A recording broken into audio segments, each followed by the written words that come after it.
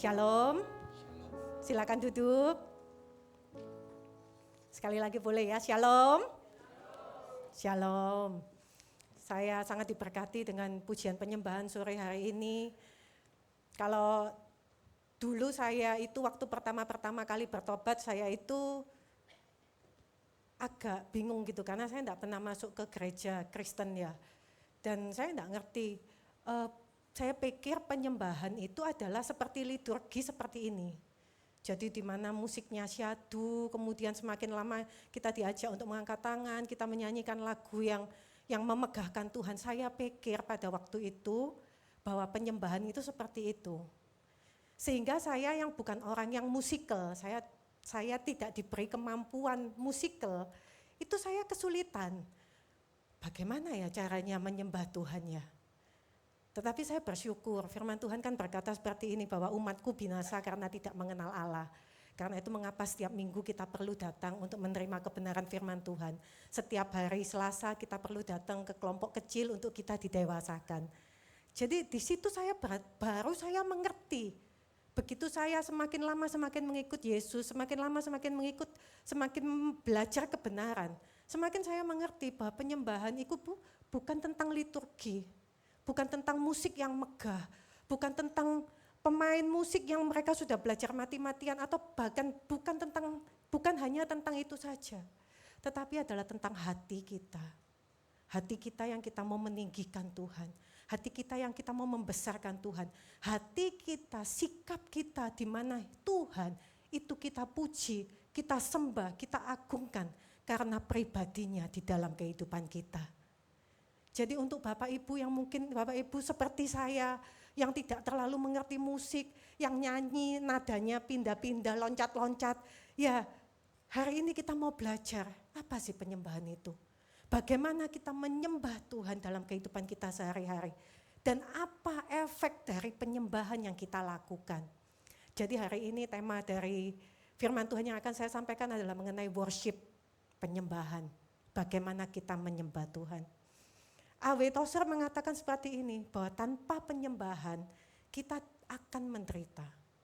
Jadi hidup kita ini memang dirancang untuk kita itu menyembah Tuhan yang luar biasa itu dalam kehidupan kita. Ada beberapa contoh di dalam Alkitab mengenai penyembahan. Dan sore hari ini kita akan belajar 3, semoga nutut 3 ini.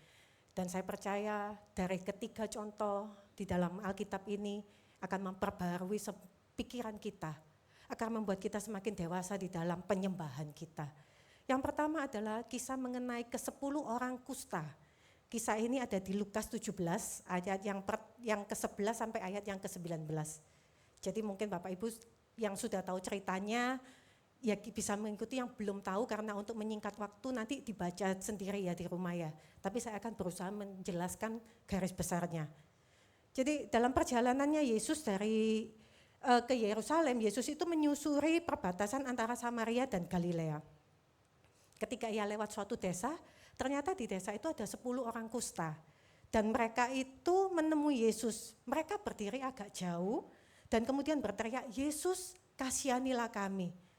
Saya pikir saya tahu kenapa mereka berdiri agak jauh, karena pada waktu itu kusta itu adalah penyakit di mana orang-orang yang penderita kusta mereka itu akan diasingkan. Jadi mereka itu tidak bisa memiliki kontak dengan manusia lain, diasingkan supaya tidak menular ke manusia yang lain. Jadi saya juga belajar bagaimana sih kusta itu sebenarnya apa sih? Kenapa waktu itu harus diasingkan? Kusta ini dimulai dengan infeksi bakteri.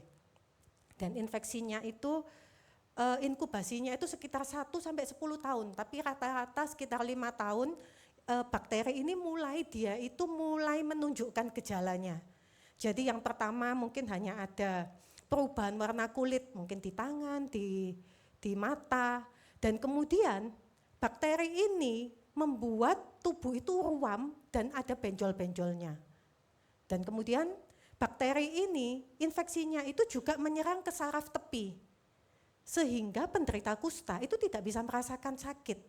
Tidak bisa merasakan kalau seumpama gini, kalau mereka tiba-tiba jalan, kemudian tiba-tiba mereka terkena benda berkarat, itu mereka tidak merasakan ketika tertusuk benda berkarat itu. Dan biasanya karena mereka tidak bisa merasakan sakit, tidak bisa merasakan dingin, tidak bisa merasakan panas, mereka ini akan meninggalnya karena infeksi. Dan yang terjadi adalah ketika penderita kusta itu semakin lama infeksi bakterinya semakin menghebat, maka satu persatu ini jari-jari ini akan memendek. Jadi saya bisa bayangkan ya pada waktu itu jika orang terkena kusta, mereka dalam kondisi masih hidup, tiba-tiba mereka kehilangan ruas-ruas jarinya. Mereka harus menguburkan bagian yang tadi rontok itu, bagian yang tadi lepas itu oleh mereka diri sendiri. Mereka harus menguburkan itu dalam keadaan mereka masih hidup. Ini adalah sesuatu yang buat saya itu kok sama ya seperti dosa. Dosa itu kan ceritanya juga seperti itu.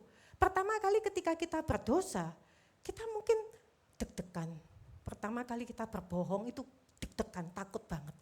Tetapi setelah kita terus melakukan kebohongan, lama-lama kita tidak merasakan bersalah ketika kita berbohong. Dan berbohong itu jadi gaya hidup kita.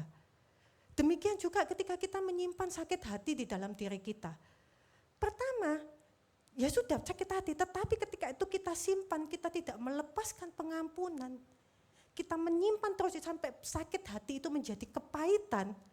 Maka yang terjadi adalah kita menguburkan diri kita yang lama.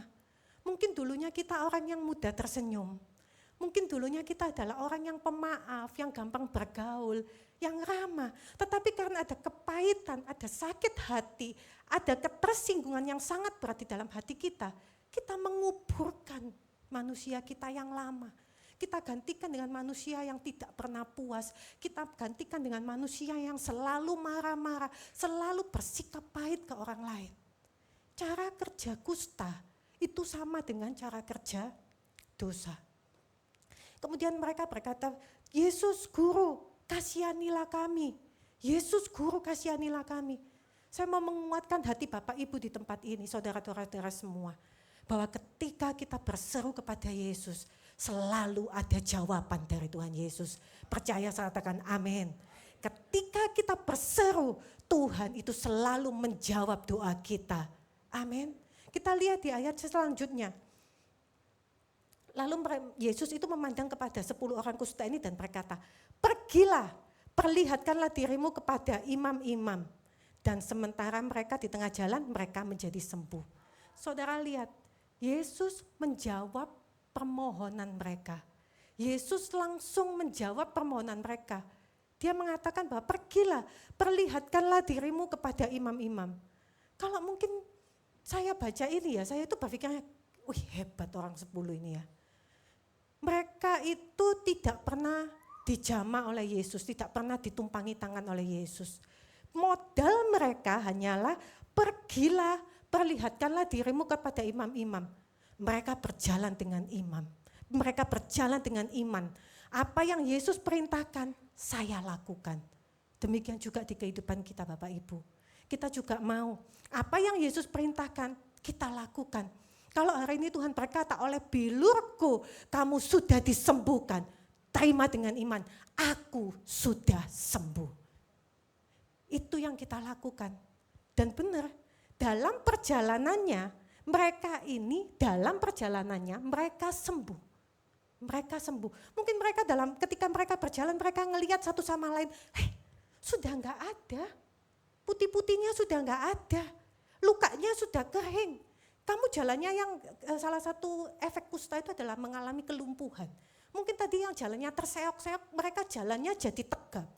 Mereka jadi kuat sampai mereka bisa menuju kepada imam dan imam memverifikasi kesembuhan mereka. Siapa yang gak senang terima kesembuhan seperti itu? Siapa yang gak senang terima jawaban doa? Saya pikir 10 orang ini semuanya pasti berbahagia, pasti senang. Karena apa? Karena yang selama ini mereka dikucilkan, tidak ada kontak dengan manusia, tidak pernah diundang ke kawinan, tidak pernah diundang acara ulang tahun, mau ada Natal, mau ada acara apapun, mereka tidak pernah diundang. Jadi yang ketika mereka sembuh, yang pertama mereka lakukan, itu mungkin mereka langsung ke keluarga mereka. Oh ya, aku sudah sembuh, aku sudah sembuh. Tetapi kita baca di ayat yang ke-15, seorang dari mereka ketika melihat bahwa ia telah sembuh, kembali sambil memuliakan Allah dengan suara nyaring. Ayat yang ke-16, lalu tersungkur di depan kaki Yesus dan mengucap syukur kepadanya.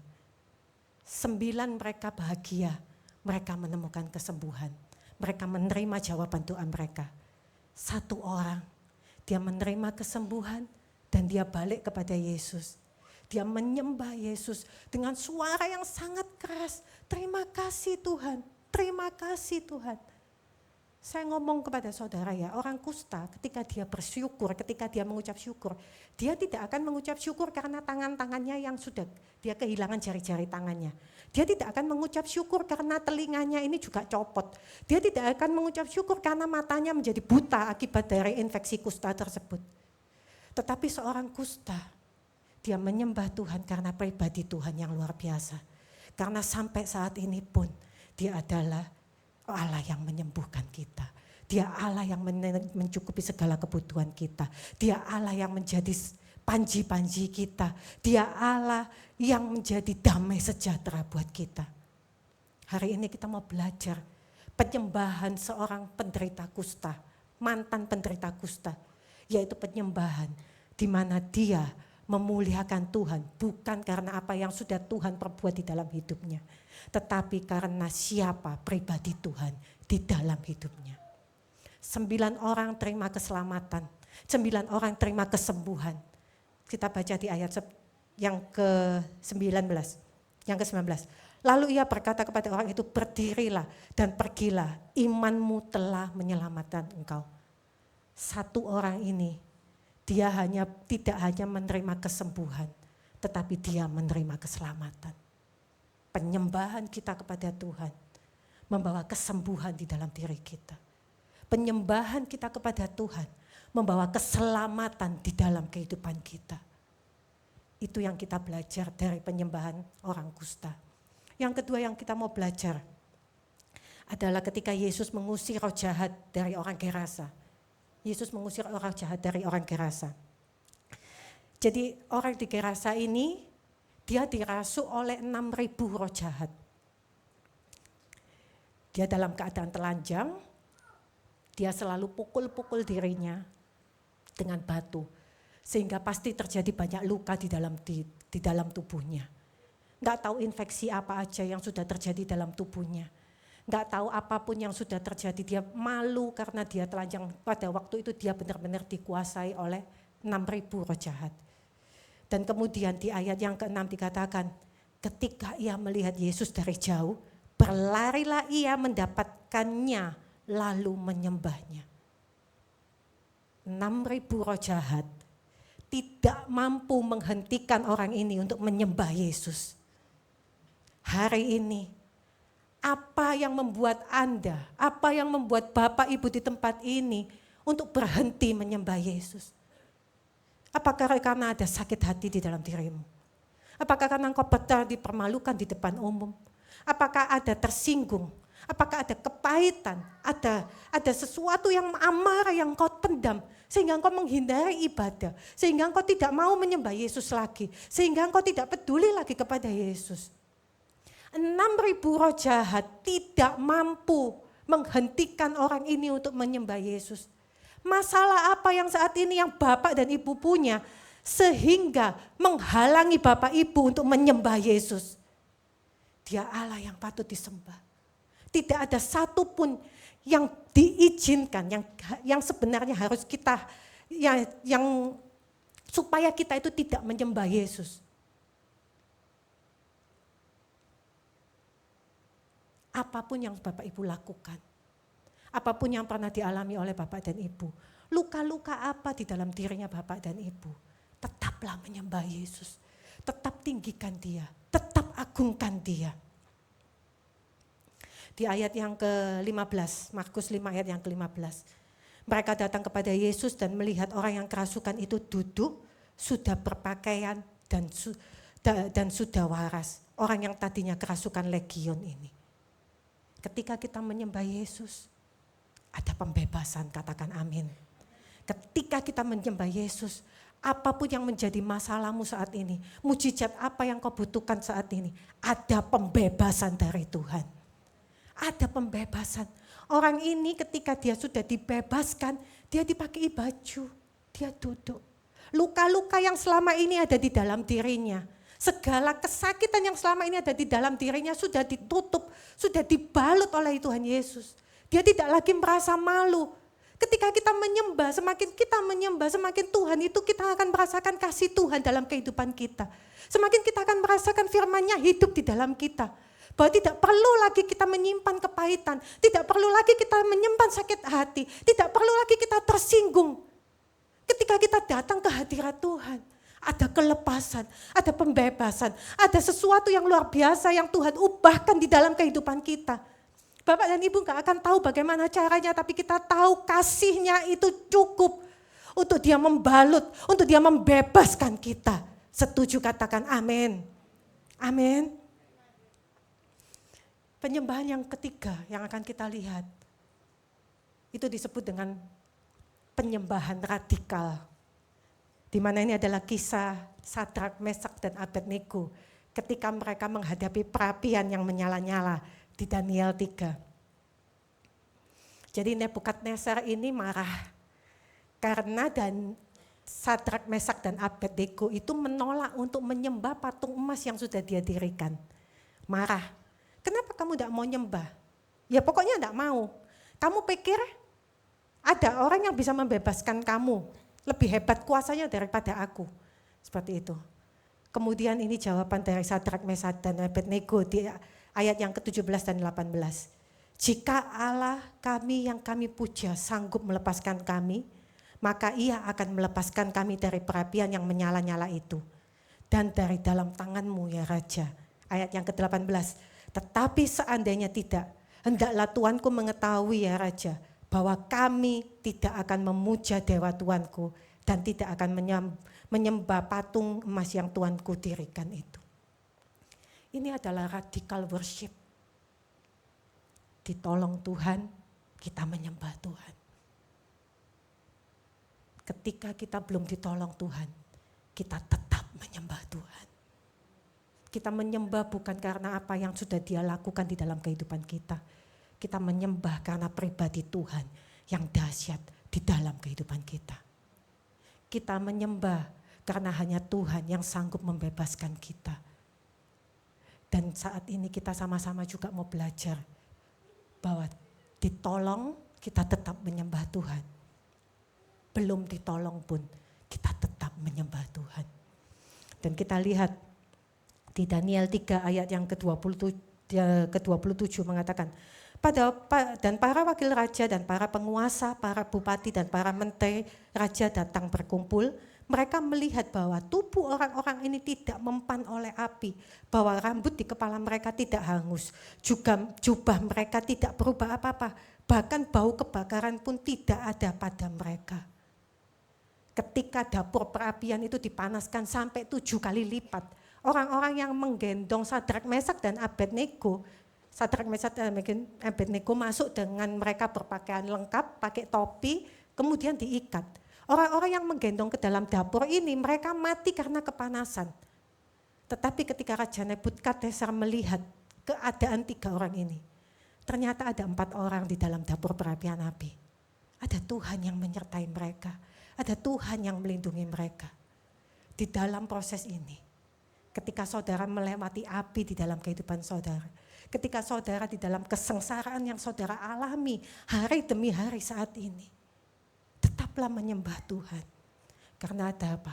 Ada perlindungan Tuhan atas kehidupan kita. Amin. Amin. Kenapa kita menyembah Tuhan? Kenapa sih kita menyembah Tuhan? Oh ya, saya tambahkan tadi yang perlindungan. Kalau Bapak Ibu baca tadi yang jubah mereka itu tidak terbakar. Bau kebakaran itu juga tidak ada. Kemudian orang-orang ini dikatakan mereka tidak mempan api. Mereka tidak mempan api.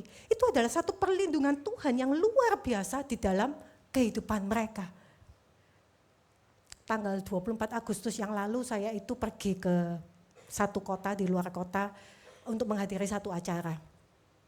Dan kemudian dalam perjalanan ke kota itu, suami saya itu WA ke saya, dia kirim satu foto. Ini apakah giwangmu? Oh ya, itu giwangku, saya bilang gitu. Ketemu di mana? Saya tanya, kamu nemu itu di mana?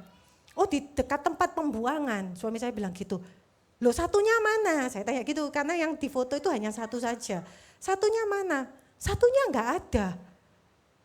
Aduh, saya sudah sedih gitu sebenarnya. Saya bilang, ya sudah besok pagi pada waktu menyapu, tolong nyapunya hati-hati, pelan-pelan supaya siapa tahu ketemu satunya. Suami saya sudah bilang, kok kelihatannya susah ya, karena ini ketemunya di tempat pembuangan. Dia bilang seperti itu. Waktu itu saya sedih, karena itu giwang, waktu itu saya beli itu dengan hasil kerja keras. Yang ya kalau sampai itu hilang saya sedih gitu loh. Tapi waktu itu respon saya ya Tuhan, aku cuma berdoa saja Tuhan, saya enggak tahu Tuhan. Saya cuma waktu itu saya berbahasa roh, saya tahu kesedihan saya itu adalah akumulasi juga dari kesedihan saya beberapa hari sebelumnya.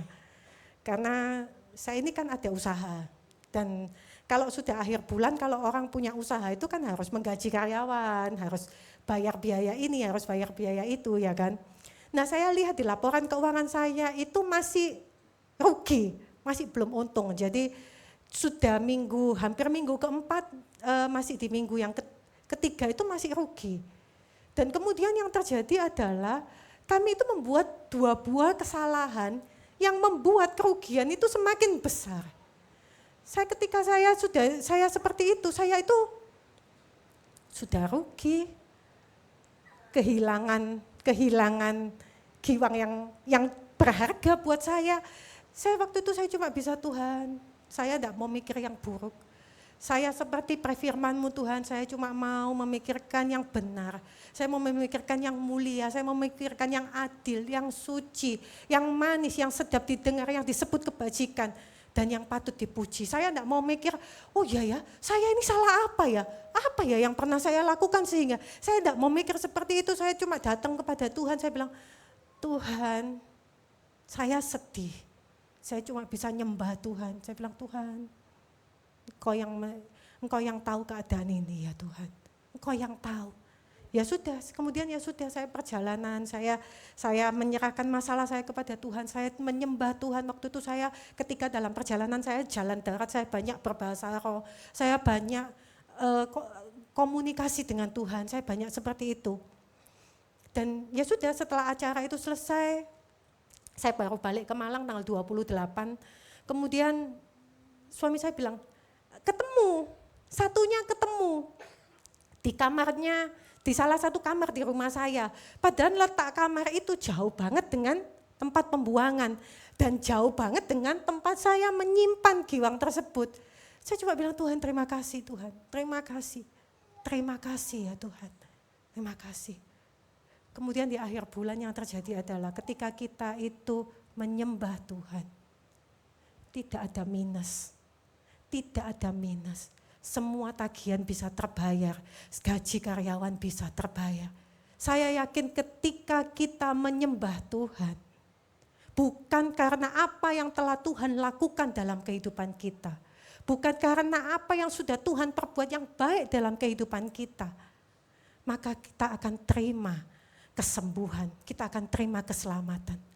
Ketika kita menyembah Tuhan, maka ada kebebasan dari Tuhan. Ketika kita menyembah Tuhan, meskipun saat ini dalam kondisi rugi, meskipun saat ini dalam kondisi sakit, meskipun saat ini dalam kondisi yang buruk, kita sedang menjalani dapur perapian, Ada perlindungan Tuhan, ada pertolongan Tuhan, ada kuasa Tuhan yang luar biasa yang masih sanggup membebaskan saudara dan saya. Setuju, katakan amin. Berikan sorak-sorai buat Tuhan kita. Dia Allah yang sanggup, Dia Allah yang luar biasa. Tidak ada satupun kuasa yang bisa menghentikan kuasa Tuhan untuk menolong kita, untuk memberikan mujizatnya dalam kehidupan kita. Kenapa kita menyembah Tuhan? Karena memang hanya Dia Tuhan yang layak untuk menerima pujian dan penyembahan. Wahyu 4 ayat yang ke-11. Ya Tuhan Allah kami, Engkau layak menerima puji-pujian dan hormat dan kuasa. Sebab Engkau telah menciptakan segala sesuatu. Dan oleh karena kehendak-Mu semuanya itu ada dan diciptakan. Mujizat apa yang sedang saudara butuhkan saat ini dalam kehidupan saudara? Apakah engkau membutuhkan pankreas yang baru? Tuhan sudah menciptakan pankreas yang baru buat saudara. Apakah saudara membutuhkan jantung yang baru? Jantung yang baru sudah Tuhan berikan, sudah Tuhan ciptakan buat saudara dan saya. Apakah saudara sedang dalam keadaan terpuruk, keadaan kebangkrutan, keadaan yang sangat susah di dalam hidupmu? Sudah ada perlindungan Tuhan, sudah ada pertolongan Tuhan di saat kita menjalani proses kita. Yang kedua, kenapa kita menyembah Tuhan? Di Yohanes 3 ayat yang ke-16 dikatakan karena begitu besar kasih Allah kepada dunia ini, sehingga Ia telah mengaruniakan anaknya yang tunggal, supaya setiap orang yang percaya kepadanya tidak binasa, melainkan peroleh hidup yang kekal. Karya salib Yesus menggantikan semua yang minus di dalam kehidupan kita menjadi satu tanda plus. Kita berkelimpahan dalam segala sesuatu. Kita dicukupi dalam segala sesuatu. Kita tidak pernah kekurangan segala sesuatu di dalam hidup ini. Dan yang terutama, karya salib Yesus itu membawa kita kepada kekekalan bersama Dia selama-lamanya. Berikan sorak-sorai buat Tuhan kita, amin. Tuhan itu baik. Tuhan itu baik, setuju katakan amin. Jika hari ini kau membutuhkan mujizat Tuhan, saya undang para pemain musik silakan. Jika hari ini kau membutuhkan mujizat Tuhan, berangkatlah dari kita memiliki sikap yang terus menyembah Tuhan. Menyembah bukan tentang lagu, menyembah bukan tentang kemegahan musik, menyembah bukan tentang suara yang kita nyanyikan. Tapi menyembah adalah di mana kita menghargai sikap kita benar-benar menghargai Tuhan yang lebih besar, menghargai siapa Dia. Kita benar-benar membaktikan diri kita kepada Tuhan. Dan kita menyembah karena Dia terlebih dahulu mengasihi kita. Hari ini apapun kebutuhanmu, mujizat apapun yang kau perlukan di dalam hidupmu, kita mulai dengan kita mau menyembah Tuhan. Kita mau dedikasikan waktu ini, kita mau sama-sama menyembah Tuhan. Mari kita bangkit berdiri. Mungkin ketika engkau nyanyi overtone, nadanya sumbang, atau tidak hafal lirik lagunya, tetaplah menyembah.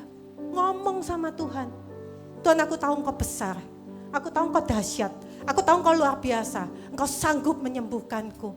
Tuhan, aku tahu Engkau sanggup melindungiku.